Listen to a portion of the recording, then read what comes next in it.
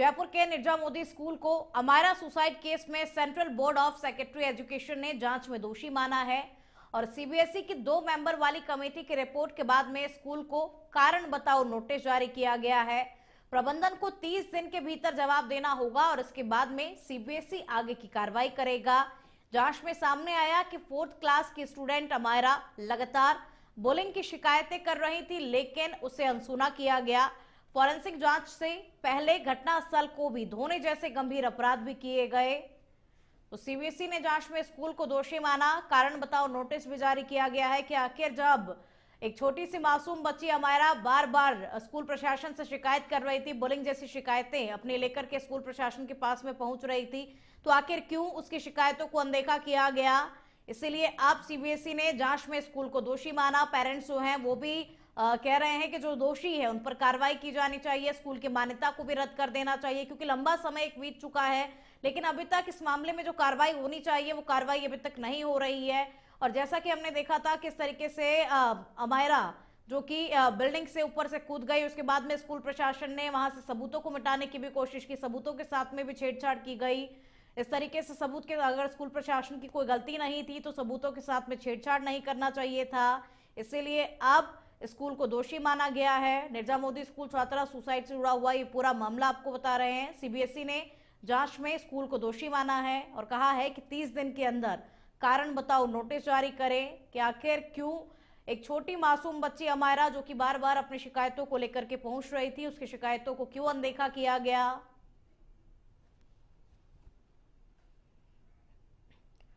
जयपुर के एसएमएस अस्पताल के लाइफ लाइन ड्रग स्टोर में वर्षों से चल रहे करोड़ों रुपए के संगठित भ्रष्टाचार का बड़ा खुलासा हुआ है।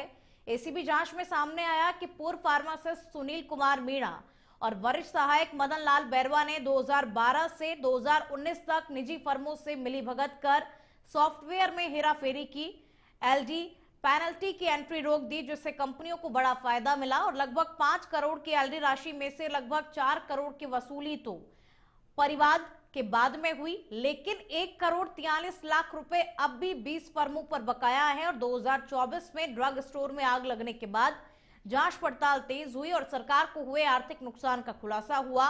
एसीबी ने दोनों अफसरों पर एफआईआर दर्ज कर ली है और अब उनके बैंक लेन देन, फर्मों से संबंध और अन्य अधिकारियों की भूमिका की भी जांच की जा रही है, जिससे चिकित्सा विभाग में हड़कंप मच गया है। इस जांच पड़ताल से चिकित्सा विभाग जो है वो इस वक्त सदमे में है, हड़कंप मचा हुआ है। एसएमएस अस्पताल के ड्रग स्टोर में जो भ्रष्टाचार लंबे समय से चल रहा था उसका खुलासा हुआ है।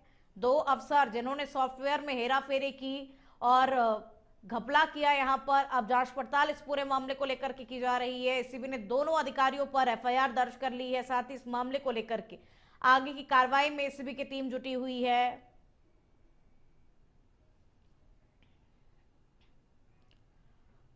और अब खबर करौली के हिंडौन सिटी से है, जहां पुलिस की स्पेशल टीम को बड़ी सफलता हाथ लगी है, जहां लूट और डकैती के मामलों में 15 साल से फरार चल रहे 25,000 रुपए के इनामी बदमाश भरत मीणा को डीएसटी टीम ने गिरफ्तार कर लिया। सिंघार निवासी भरत मीणा के खिलाफ सदर थाना क्षेत्र में करीब आधा दर्जन मुकदमे दर्ज हैं और मुखबिर की सूचना पर डीएसटी ने जयपुर के शिवदासपुरा में दबिश देकर के उसे पकड़ा। कार्रवाई का नेतृत्व डीएसटी प्रभारी देशराज ने किया, जबकि कांस्टेबल रन्नो सिंह और जगदीश की अहम भूमिका रही। ये सफलता एसपी लोकेश सोनवाल की विशेष मॉनिटरिंग में चल रहे ऑपरेशन वांटेड अभियान के तहत में मिली है। तो डीएसटी टीम ने शिवदासपुरा से 25,000 के एक इनामी बदमाश को पकड़ा। लूट डकैती के आधा दर्जन मामलों में ये बदमाश वांटेड था। फिलहाल ये पुलिस की गिरफ्त में है। भरतपुर पुलिस ने क्रिप्टो और फॉरेक्स निवेश के नाम पर चल रहे एक बड़े फर्जी नेटवर्क का पर्दाफाश किया है। इस गिरोह ने प्रदेश में लाखों लोगों को ऊंचे मुनाफे और बोनस का लालच देकर के निवेश कराया। 4,05,000 लोगों से करीब 3,500 करोड़ रुपए का निवेश कराया गया। पुलिस ने कार्रवाई करते हुए 5 आरोपियों को गिरफ्तार किया है और नेटवर्क ने लोगों को 1,000 करोड़ रुपए रिटर्न भी कर दिए। अभी लोगों का 2,500 करोड़ रुपए फंसे हैं इनमें और इनके कब्जे से 40 लाख रुपए नगद, सोने चांदी की जेवरात, 5 लग्जरी गाड़ियां और 40 लाख रुपए की क्रिप्टो करेंसी बरामद भी हुई है। और ये पूरा मामला तब सामने आया जब 12 नवंबर को थाना मथुरा गेट में शिकायत दर्ज हुई। शिकायत में बताया गया कि xpo.com नामक वेबसाइट और मोबाइल ऐप विदेशी बाजारों में निवेश का दावा कर रही थी। ये प्लेटफॉर्म निवेशकों को ऊंचे लाभ और नए लोगों को जोड़ने पर अतिरिक्त बोनस का लालच देकर तेजी से फैला रहा था। जांच में खुलासा हुआ कि कंपनी भारत में किसी भी प्रतिष्ठित प्राधिकरण से पंजीकृत भी नहीं है। वेबसाइट खुद को 2016 से रूस में संचालित बताती थी, जबकि असल में इसका संचालन नवंबर 2022 से जयपुर में शुरू हुआ। मुख्य भूमिका संदीप सिगर और रजत शर्मा की पाई गई। वेबसाइट 47 लाख उपभोक्ताओं और $4.3 बिलियन फंड प्रबंधन का दावा करती थी। सेमिनार और एजेंटों के जरिए ठगी फर्जी नेटवर्क ने लोगों को फंसाने के लिए जगह जगह सेमिनार भी आयोजित किए। इन सेमिनारों में एजेंट ऊंचे मुनाफे और जल्दी रिटर्न का वादा कर निवेशकों को आकर्षित किया करते थे और निवेशकों से ठगी किया करते थे। तरीके के दो माध्यम थे। एक तो कैश था, उसको कलेक्ट करने के इनके एजेंट्स होते थे जो इन्होंने खुद ओवरऑल नेटवर्क डेवलप करके बना लिए थे। वो एजेंट्स कैश कलेक्ट करके एक्सपीओ के वॉलेट में उसको पैसे को रिफ्लेक्ट कर देते थे या फिर एक्सपीओ के वॉलेट में रिफ्लेक्ट कर देते थे एंड देन उसके विड्रॉल के लिए आपको यूएसडीटी में देते थे। जब आप विड्रॉल करोगे तो 30 से 35% ऐसे कुछ काट लेंगे। तो इस हिसाब से लोगों का इन्वेस्टमेंट करने का भी ज़्यादा मोटिवेट कर पाएँ कि आप और दूसरी स्कीम में लगा लो तो आपका पैसा और बढ़ जाएगा, जितने लोग जोड़ो उस तरीके से। तो इसमें जो मुख्य आरोपी हमने अभी तक संदीप सिगर को पहचान लिया, जिसने इस वेबसाइट और ऐप को पहले बनवाया। तो जिसने इसको मूलतः बनवाया वो भी हमें पता लग गया वो है और उसकी तलाश जारी है। इसमें हमने 5 आरोपियों को अभी तक गिरफ्तार कर लिया और इसमें हमने जो बरामदगी करी है वह करीब 40 लाख रुपए कैश बरामद किया है हमने। 40 लाख जो $43,000 के आसपास है वो यूएसडीटी यानी क्रिप्टो करेंसी में रिकवर किया है।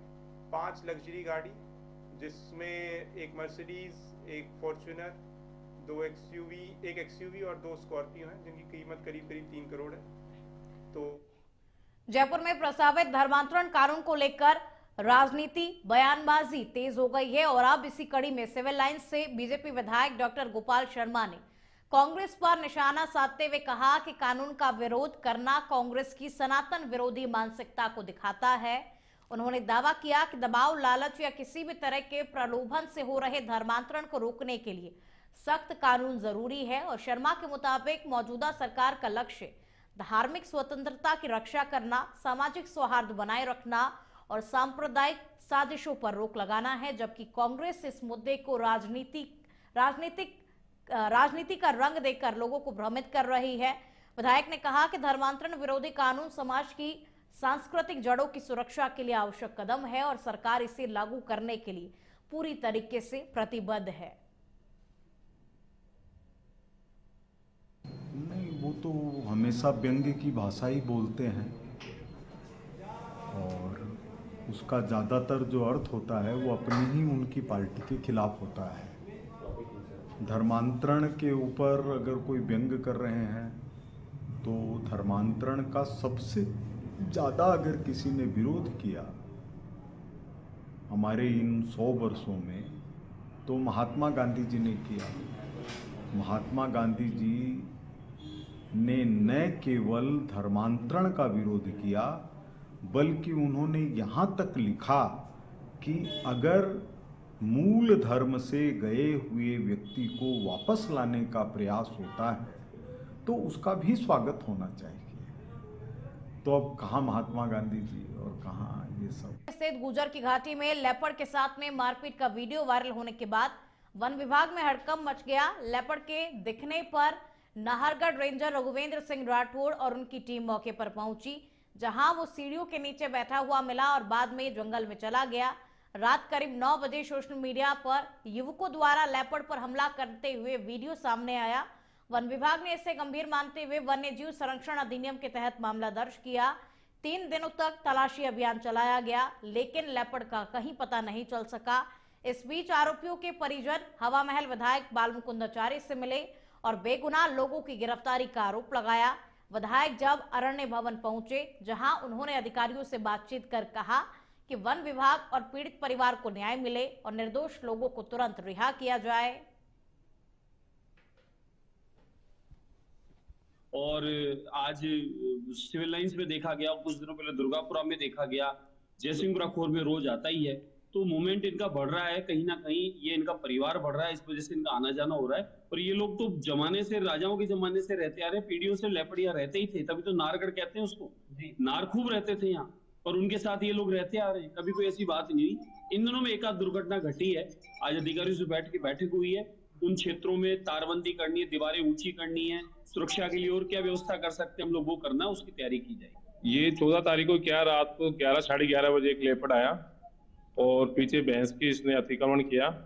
उसके बाद में भैंस की शोर शराबा हुआ, तो घर वाले जाके उसको बाहर देखे, तब उसको पता लगा, अंधेरे में पता नहीं था। बाद में देखा तो लेपर्ड लिपट रहा था वहां पे। तो उसके बाद में वो बाहर आके आवाज मारा कि लेपर्ड आ गया वगैरह, आ गया, मतलब देसी भाषा में। उसके बाद में और भी लोग आसपास के आ गए वहां, और उसने जैसे ही मूवमेंट किया तो काफी लोग इकट्ठे हो गए, और वहां एक अंदर जो गेट में जो महिला थी वो अंदर बढ़ने लगी, तो उसके पैर को कुछ। अजमेर के नसीराबाद में स्थापना दिवस के मौके पर श्री युवक पटनाले परिवार द्वारा पटनाले प्रांगण में भव्य काव्य पाठ समारोह आयोजित किया गया, जिसमें स्थानीय कवियों ने वीर रस और देशभक्ति से भरी रचनाओं से माहौल को उत्साह और जोश से भर दिया। कार्यक्रम के मुख्य अतिथि छावनी परिषद के मनोनीत सदस्य सुशील कुमार गदिया थे, जबकि विशिष्ट अतिथि के रूप में समाज सेवी प्रवीण चंद गदिया और पवन जैन मौजूद रहे। समारोह की शुरुआत मां शारदा के समक्ष दीप प्रज्वलन से हुई, जिसके बाद में वरिष्ठ इतिहासकार विष्णु प्रकाश जिंदल ने नसीराबाद के इतिहास और गौरव गाथा पर विस्तृत जानकारी साझा की। रोशन परिहार, वीणा गर्ग, सर्वेश गार्गिया, बेकस अजमेरी और संजय मेहरा सहित कई कवियों ने प्रेरक और देशभक्ति से ओतप्रोत कविताएं प्रस्तुत की, खूब वाहवाही लूटी। और कार्यक्रम में समाजसेवी, शिक्षा, साहित्य और जनहित से जुड़े कई संस्थानों, पत्रकारों और कवियों को भी सम्मानित किया गया। आयोजन समिति ने बताया कि ऐसे कार्यक्रम शहर की सांस्कृतिक पहचान को मजबूत करते हैं और युवाओं को अपनी विरासत से जोड़ने का काम करते हैं।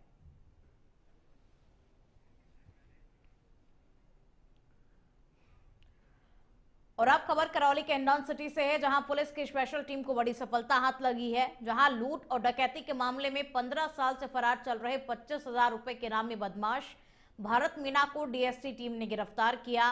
सिंघार निवासी भरत मीणा के खिलाफ सदर थाना क्षेत्र में करीब आधा दर्जन मुकदमे दर्ज हैं और मुखबिर की सूचना पर डीएसटी ने जयपुर के शिवदासपुरा में दबिश देकर के उसे पकड़ा। कार्रवाई का नेतृत्व डीएसटी प्रभारी देशराज ने किया, जबकि कांस्टेबल रन्नो सिंह और जगदीश की अहम भूमिका रही। ये सफलता एसपी लोकेश सोनवाल के विशेष मॉनिटरिंग में चल रहे ऑपरेशन वांटेड अभियान के तहत मिली है।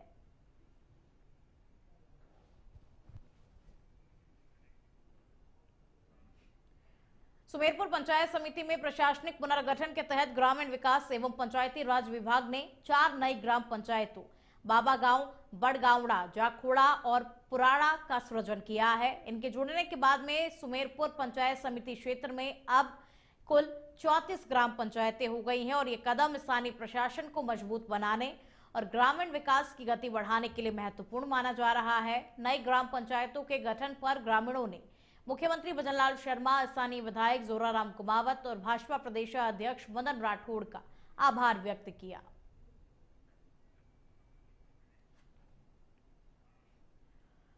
डूंगरपुर शहर के नजदीक रेलवे स्टेशन के पास डूंगरपुर उदयपुर मुख्य रोड पर 2 बाइकों की आमने सामने भिड़ंत हो गई। हादसे में 2 युवकों की मौके पर ही मौत हो गई और वहीं एक गंभीर रूप से घायल भी है। जानकारी के मुताबिक छैला खेरवाड़ा निवासी नीलेश डूंगरपुर शहर में अपना फॉर्म भरने के बाद देर